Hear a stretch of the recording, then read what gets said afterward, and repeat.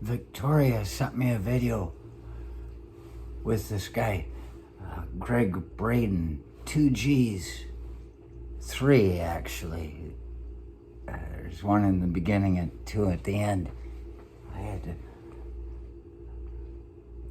had to change what I'd written yesterday in my description for that one, the state of burning, and that's whatever the hell it was, because I put him in it and I spelled it like a standard, regular, what we think of, Greg with 1 G. But you think he's got 2 Gs, that's chaotic. And it's like, no, maybe his is the right way. Greg. Hey, how you doing there, buddy? Buddy? It's Greg. He's not taking shit off anybody.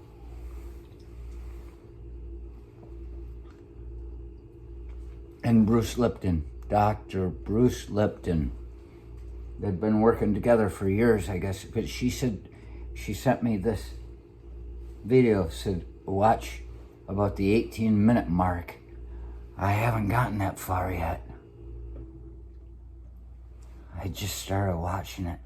And they're talking about chaos and order. What's the opposite of chaos? I guess we called order, right? Just makes me wonder how order became such a respectable word. If you look at chaos and the images he projects and shares, and the two of them, and the talking, they're just getting into it, and they're saying, yeah, and they're talking about how the caterpillar, forms a cocoon, and inside it, and I'd heard this one before. I think Victoria's the one that told me before, but I'd never seen it talked about anywhere else, and how when it might have been somebody else, just in case. When it forms a cocoon,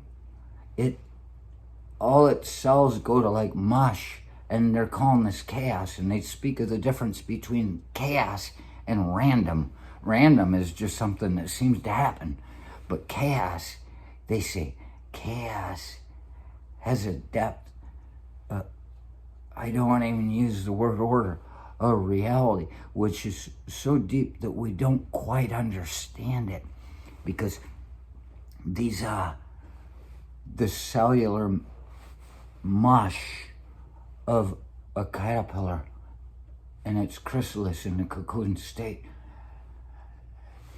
they come apart, and what they do is they recombine, reorganize with other things that are just flitting about as they're falling apart, and they rebuild, and they have the DNA structure. I think I heard it right. It's the same. It's just, and they're talking about how through this chaos, and they specifically said it's not random, it's chaos. It's just through it. They have this reason, it's like trying to say what God is. People just say God because there's no better word for it, but they don't all agree on what God is. So to say, with this chaos comes order, it's like, there are other words there, and I'm picking at them, but I don't think they fucking hold up to what I'm saying. We're just using the word order because it's so available. Through this chaos becomes the butterfly, which is totally in order with the way things are supposed to be. There's order. And this chaos, it's got symmetrical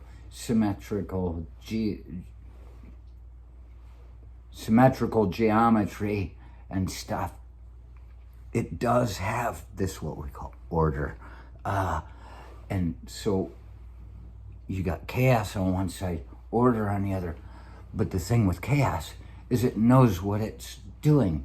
We have become a species of people that think we know what we're doing so much, even while we're trying to figure it out, that we have been calling chaos a bad thing, giving it a bad name. It's not entropy, it's chaos. Remember that. Entropy, everything comes apart unless something is formed of it. Then you do not have chaos. From what I'm understanding of this, is the chaos is a force of nature, and you have to come down to move and coalesce with what is available to make things better.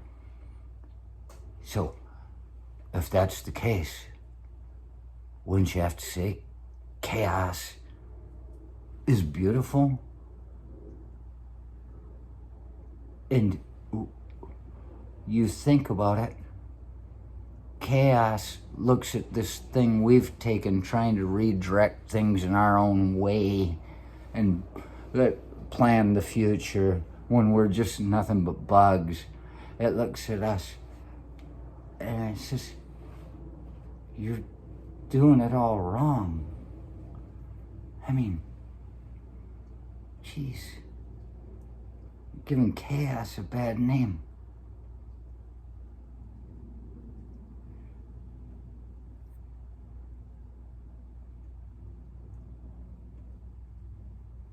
Chaos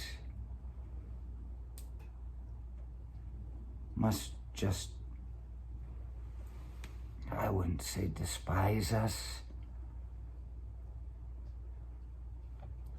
It's gotta feel really fucking miserable when it's around us. Order.